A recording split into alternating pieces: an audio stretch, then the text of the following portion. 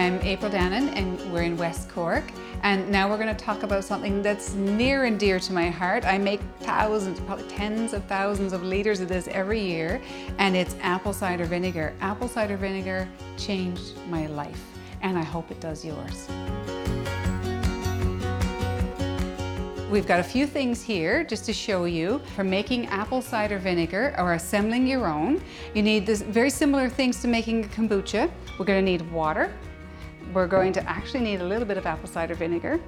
We're going to need a SCOBY or a mother. This is a little different from the kombucha SCOBY because this is acetic acid bacteria and wild yeast. What kombucha does is takes you into pre-alcohol, pre-vinegar, and you kind of arrest it there. What we want to do is go through the pre-stage to the alcohol stage to the vinegar stage, which is the end stage of fermentation. So you're probably familiar with vinegars in that even red wine will eventually become vinegar. So it is the final stage of fermentation for a lot of different things.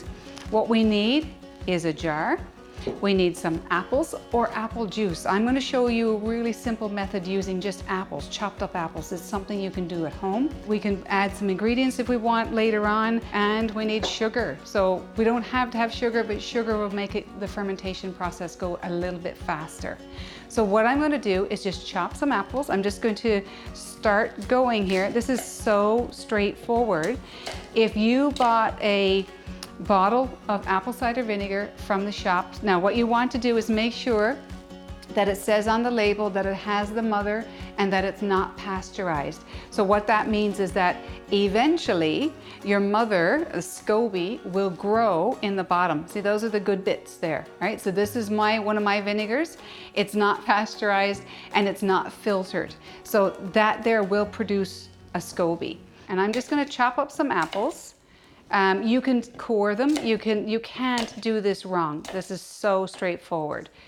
You're just going to, just a few apples here. Does it matter what type of apple? It doesn't matter. They can be cooking apples, they can be eating apples, they can be any kind. The most important thing, what you're going to look for, is if there's anything where the apple is rotting, cut it off. Because you remember how the old saying, one bad apple will spoil the lot, and it will. So the rotting just simply means it's been bruised or damaged, but there's also an introduction of other bacteria or organisms that we don't want. We just want the wild yeast and the acetic acid bacteria. Now with my SCOBY, that's a whole other story. I started this SCOBY as well. This is years and years ago, before there was much talk about apple cider vinegar. I was the apple cider vinegar nerd, standing in the market going, this stuff is really good for you. And I started my SCOBY in my herb garden. So I actually went out and captured a SCOBY, is what it's called. Again, it takes about a year. It's a whole process, but it does happen naturally as well. So when we're making our apple cider vinegar, you can crush the apples. Absolutely. Or you can just use apples like this, chopped. This is kind of my gentle method. I like to find the easier ways, because if you want to make apple juice first, then you're adding a couple more steps. You can take the cores out, you can take the seeds out, whatever you'd like. It doesn't really matter. Some people mention that the seeds contain cyanide, and they do, but it's a minuscule amount. Plus you're not crushing the seeds, but you can take them out. First step, you've got your jar, you've got your apples, and then we're going to put a little bit of water. Okay. So your apples are still going to fill most of the jar. We need a little bit of vinegar. So again, you don't have to put vinegar. I tend to do that because I'm the master fermenter here. So I want to show the liquid that we are encouraging vinegar to form, and we don't want to have a long alcohol phase. We're going to put just minimal amount of sugar just to get the ferment started. So it's not a lot. And then if you've looked at the other videos, I talked about when the SCOBYs turn brown, discard them. So they go through different ages. So this is an old SCOBY. It's starting to fall apart. That's going to go into the compost. The younger, newer SCOBY, which is still quite viable, is on top. And this looks completely different than the SCOBYs used to make kombucha. And it is. And you see this little thing here growing? That's a baby right there. So that's an, sort of a mother SCOBY and a younger SCOBY right there, and you can pull them apart. But we're just going to put all of that in our ferment and just leave it sit there. Now it can go down or up. It will move its way up and grow in amongst the apples. And now the different things with apple cider vinegar is that it's a much longer process. So it's aerobic, so we need oxygen. We're going to put a cloth over top, tightly secured so no bugs get in. You can see I'm using these wide mouth jars. You can use any kind of wide mouth jars. Preferably you'd like to be able to get your fist in there so that there's larger surface area for oxygen exchange. You do not need to stir it. I do know people who go in and stir it every week. That's fine too. But I find that if I stir it, I will end up with a lot of little bits and I break things up. So I tend to just let things diffuse naturally. And that's going to sit for up to 3 months. So you're going to have 3 months where these apples are kind of spent at the end. All the goodness, all the juice, then the apples start to actually shrivel up. Because it becomes vinegar, it doesn't get moldy, the mother will form on the top, the mother will grow twice, 3 times the size.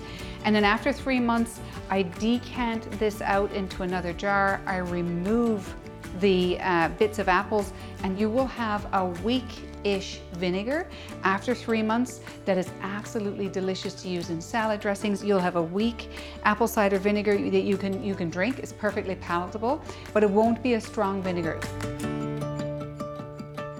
So if you want to take your jar of vinegar, and you don't have to do this, I just think it just makes your vinegar more worthwhile, and just put a little bit of turmeric or rosemary or whatever you have.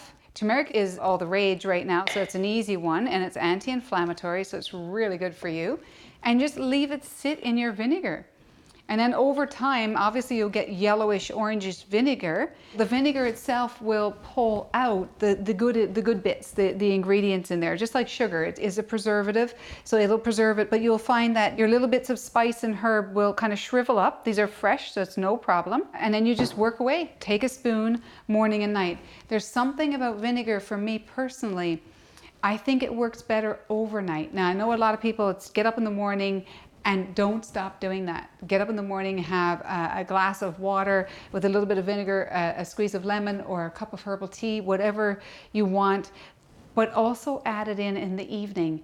And so the last thing I usually do before I go to bed is have some vinegar and a little bit of water. I do think it does something overnight for our digestion that it doesn't do during the day. And maybe it's because we're not going to dilute it, we're not eating or drinking overnight, and we're just resting. So I think it does help with our the mechanics, things that are working inside. So that's apple cider vinegar. Apple cider vinegar for me is all about 2 things: oxygen, oxygen, oxygen when you're making it, and aging. So you want to be, so this is where it makes it a little different from other fermented stuff. You do want to age it in order for it to increase in strength when we're making it like this. If you wanted to make it faster, you can actually put a fish tank bubbler in there and aerate it faster, or you can use pure apple juice and add a little bit of sugar and then some apple cider vinegar in your SCOBY, and it will go a little bit faster. Not a lot, but a little bit faster. It is a long, slow process to make apple cider vinegar. Apple cider vinegar is amazing, and it's a lovely, really valuable probiotic, like all of these things that we've been talking about. But the science of fermentation is at your fingertips. There's fermenting in nature everywhere, and it's so good for you.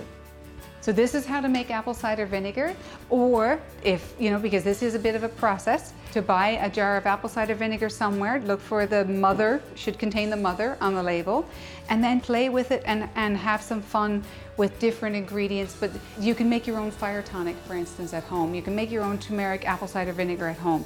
Just get your vinegar and get some ingredients, and you have a tonic for the winter months or for coughs and colds and flus. It's really useful to have.